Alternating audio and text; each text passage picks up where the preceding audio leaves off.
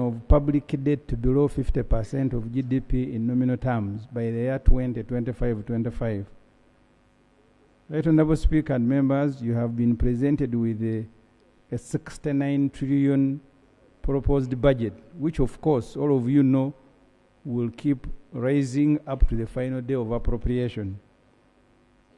Revenue correction is projected at 40 trillion, and the rest of the money, 28 trillion, will be borrowed from domestic and external sources. So the proposal to borrow is captured on page 23 of the framework paper. The amount to be borrowed is nearly 40% of the budget. So if you approve the budget framework paper, which essentially is a draft budget, it means you have authorized the government to borrow the sums captured in the draft. Minister of Finance, the mover of this motion, is warning you that by approving the budget framework paper, you are actually authorizing them to breach the law. Their warning is captured on page 26 of the framework paper. This is what they are saying. For instance, the share of the public debt to GDP is projected to surpass the 50% target for the financial year 2025-26. And the ratio of domestic debt interest payment total revenue is also projected to exceed 12.5% benchmark. Additionally, the targets on fiscal deficit and revenue growth are also likely to be missed.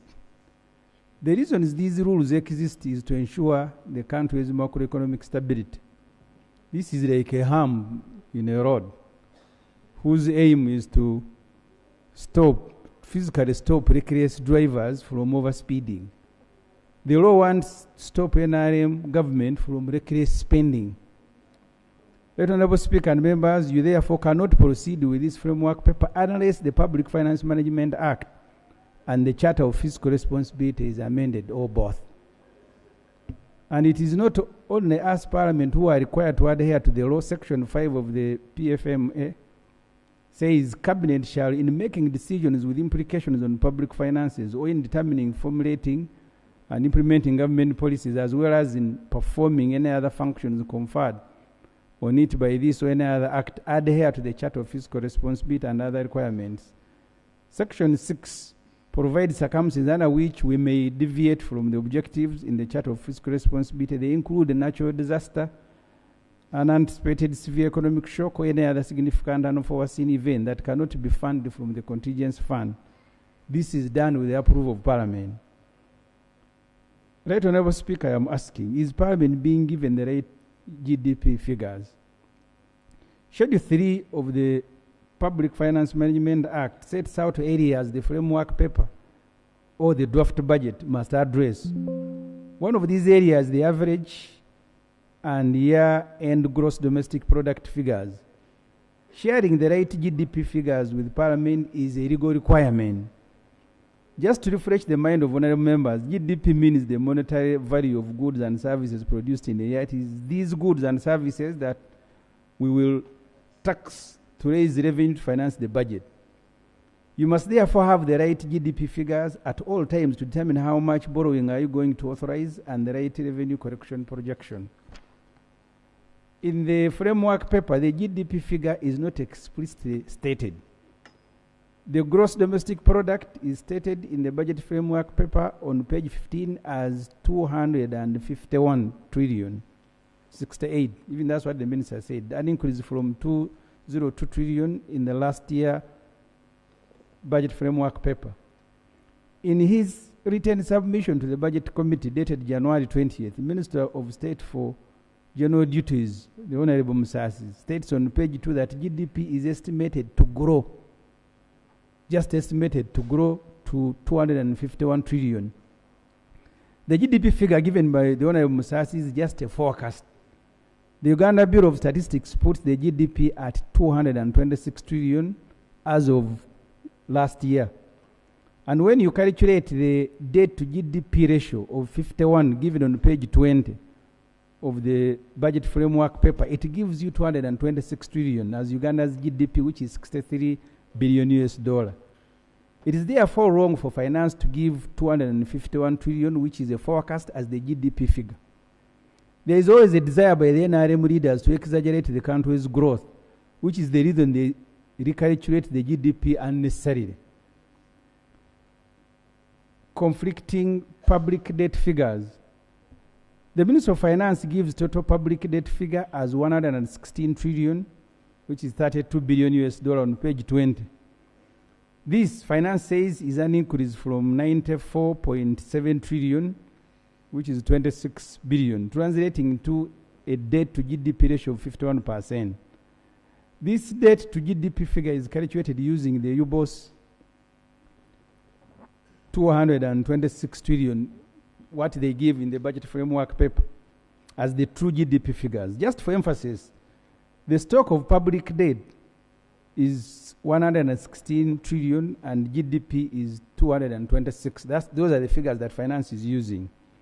However, the Bank of Uganda, in its December 2025 State of the Economy report on page 10, puts public debt at 124 trillion, translating into a 54.8 debt to GDP ratio. You can see the trick here. You lower the figure of public debt and exaggerate GDP to present a lower GDP to a lower debt to GDP ratio. Then you ask Parliament to authorize more borrowing on the pretext of a sustained public debt stock. Mr. Speaker, honorable members, public debt is plunging Uganda into a crisis. The NRM government plans to borrow over 18.5 trillion from the domestic market, commercial banks, to finance the budget. The 8.9 trillion will be new loans to finance the budget and 9.6 trillion to roll over maturing debt. The central bank is concerned with the domestic debt to private sector credit. By overborrowing from commercial banks, the NRM government is crowding out the private sector. The concern of Bank of Uganda is captured on page 10 of their December State of the Economy. If you look at the private credit now, I think it's about 21 trillion, and government is borrowing sometimes up to 19 trillion. So you are competing with the citizens that you want to empower. You remove all the money, they have nothing. Our borrowing from commercial banks starves the private sector, which is employing more than 85% of the population. Ratio of interest to revenue correction. One of the fiscal rules in the Charter for Fiscal Responsibility is reduction of total domestic debt interest payment to revenue, excluding grants, to 12.5%.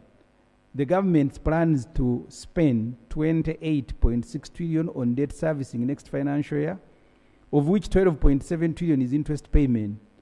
The interest payment for the domestic debt is 10.7 trillion, which is 26.7% of the projected 40 trillion revenue correction. The target is 12, but you are going to pay interest of 26. And this matter is a matter of law.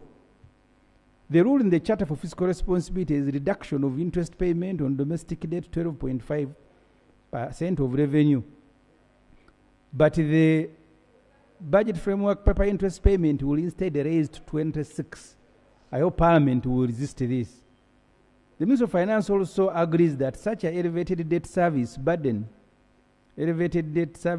shrinks fiscal space, leaving fewer resources available for discretionary spending in high multiplier growth enhancing sectors. And the committee noted that proposals in the budget framework paper offend even common sense. If you look at page 19 of the budget framework paper, the NRM government, the minister is praising here, wants to borrow from external sources 10 trillion to finance various projects. Certainly that will increase our debt stock as a country and will violate the rules we set ourselves out in the Charter for Fiscal Responsibility.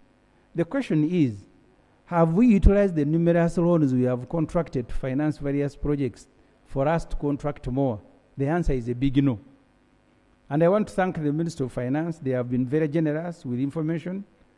If you read the July 2025 report on the performance of externally funded projects, you will know why you have remained poor. You also know the dangers of employing old people in critical offices, knowing their biological inadequacies. When people grow old, every part of the body slows naturally. Even the thinking slows down. They begin to think in installments. Many of the projects for which we have borrowed gross sums of money are either behind schedule or have completely stagnated. And here we are being asked to recklessly approve further borrowing. I now turn to the Minister of Finance report on externally funded projects.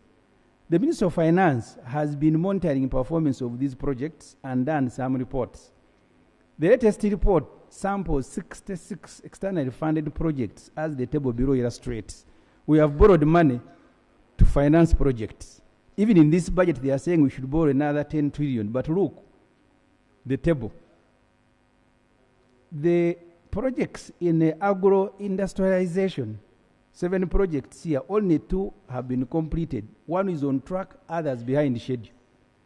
Digital transformation, 2, 1 on track. Human capital development, 14 projects, only 1 completed, 1 on track, 12 are behind schedule. Integrated transport infrastructure and services, 12 projects for which we have borrowed money, only 2 completed, 1 on track, 18 behind schedule. I don't need to go, but the total below is that you have a total here of 66 projects sampled by finance. Only 6 are completed, 5 on track, 55 of these projects are behind schedule, including ones that you will see that have stagnated.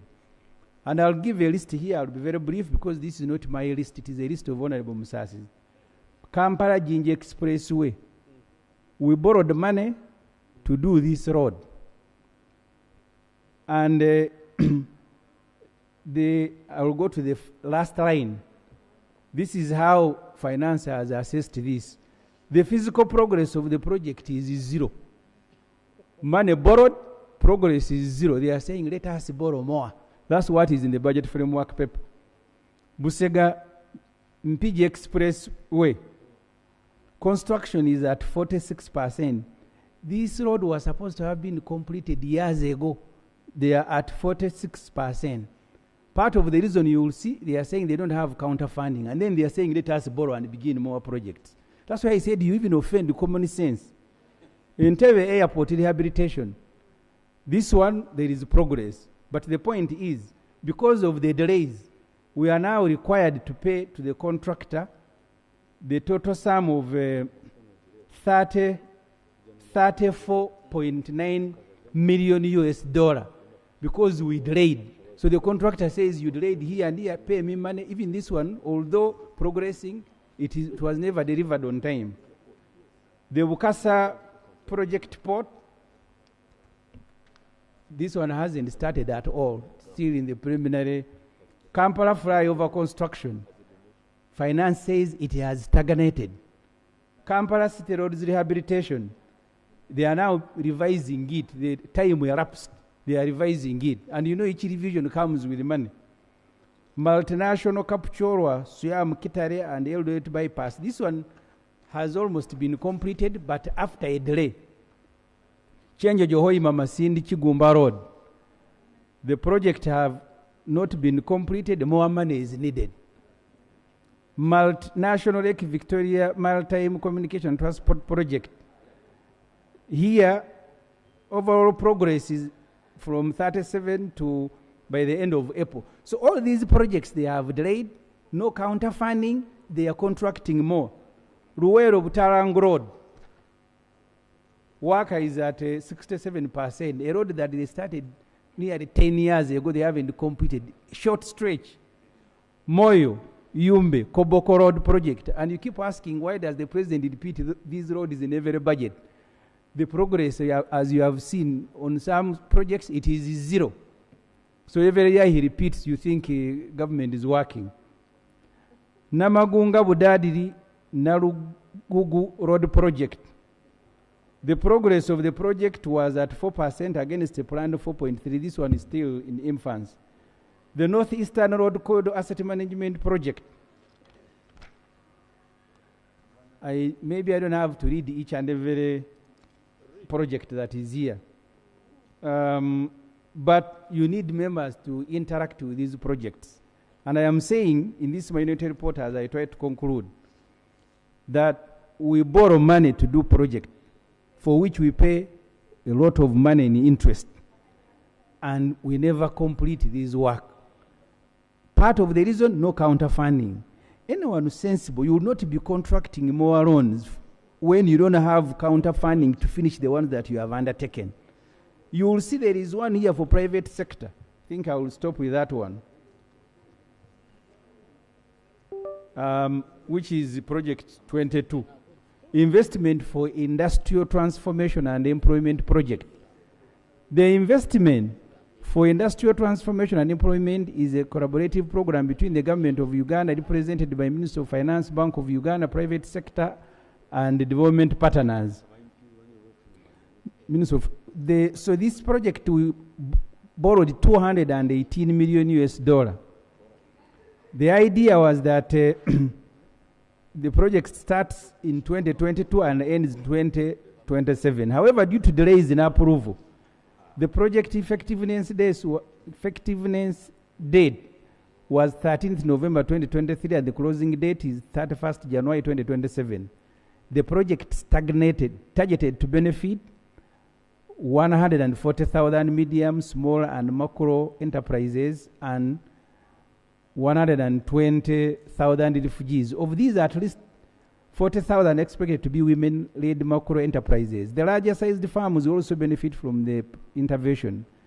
The overall project performance was poor at approximately 0.3% and significantly behind the schedule. Even where you want to borrow money to help companies that are employing people, you don't utilize it. And then you come to Parliament, you say, can we borrow more? I don't know, maybe the one Musasi's enjoys the word borrowing. So if he ever brings a report that doesn't have the word borrowing, you will feel very bad. You have electricity access scale-up project, same problem. Upgrade of health centers, 2 to 3, same problem, behind schedule. Uganda secondary education expansion project, money borrowed, project not making progress. I am saying in this report, don't allow them to borrow until they have completed and made progress on these ones, or else you'll just be enlarging the list. You borrow money, you pay. When you are looking at the report on loans, you will discover we pay commitment fees on money unutilized, which money we need to do other things that are being listed here. Ssemuju, can you read the report? If I read the report, I will delay because now I am concluding. If you want me, Mr. Speaker, I can read the report. If you had read but it, I will delay. I am concluding now. I am on page 15, which is the last one, on rate of employment and unemployment. The committee notes that actually this information is not given, yet is a requirement by the law. One of the economic variables, the budget framework paper is supposed to address the rate of employment and unemployment in the country. This is what Schedule 3 of the law demands. Without providing any basis, the Minister of Finance states on page 16 of the framework paper that one of the macroeconomic objectives of government next financial year is to increase the stock of new jobs to about 800,000. The figure of how many jobs they created this or last year is not given, just throwing figures around. The target of government in the NDP3 was to create 512,000 jobs annually. Like other NRM targets, this was never made. Maybe they have only made the one of staying in power. National Planning Authority in Empowerment and Skills Status Report 2022 reported that the yearly net job creation averaged 320,000 against a target of 500,000. This is too little considering that every year 700,000 Ugandans join the job market. If you look at the figures of PAYE and NSSF, there are just about 2.5 million formal jobs, which keep fluctuating. The public sector, as you are aware, employs just 400,000, and the rest are in private sector. National Planning Authority estimates 15.8 million to be of the working age, and 13 million of these are in the private sector. The UBO census report puts the figure of the working age going by the labor policy of 2011 to about 24 million. The planning authority says the quality of jobs in Uganda remains low, with 78% of the labor force engaged in vulnerable employment characterized with low pay and job insecurity. Uganda, according to NPA and World Bank reports, has the lowest business survival rate in the world. Only 1 out of the 4 farms remain operational after the first years of existence. This is what budget must address, but it is being mentioned in passing in the usual NRM business as usual casual manner. Younger people need jobs, and you cannot respond to this demand by violence and prison. Hundreds demanding quality life have been brutalized and imprisoned during this electoral period. Mr. Speaker, you know Sam Mugumya. We've been told he is being held by the army, very sick. Maybe you're not even sure if he has not died. So this is the response of the NRM. When people are demanding for work, prison. The NPA notes that while official figures show that unemployment reduced from 11 to 9 and 8.8%, in absolute terms, unemployment persists as a result of many Ugandans engaged in vulnerable employment, which is often characterized by low productivity. That's why our girls mainly are being trafficked to Middle East to work as housemaids. The boys who remain here are being marched to Ruzira, Chitaria, and Kigo for disturbing the judges. The World Bank, in its July 2025 Human Capital Development and Growth Review, says Uganda is failing to harness 61% of its human capital for socio-economic development. Mr. Speaker, I am only emphasizing information which the Honorable Musasizi has given, and I thank him, which the committee has given, but they are shying away. They are saying, you, regardless of the non-compliance, please approve the framework paper. These are the dangers that you face. I ask you, honorable members, to reject this framework paper. They go and do it. First, to comply with the law, and second, to comply with common sense. Thank you very much. Thank you. Thank you, Honorable Shadow Minister. I'll request the Minister of Finance, if he has any responses which would want to make, which can guide us during debate.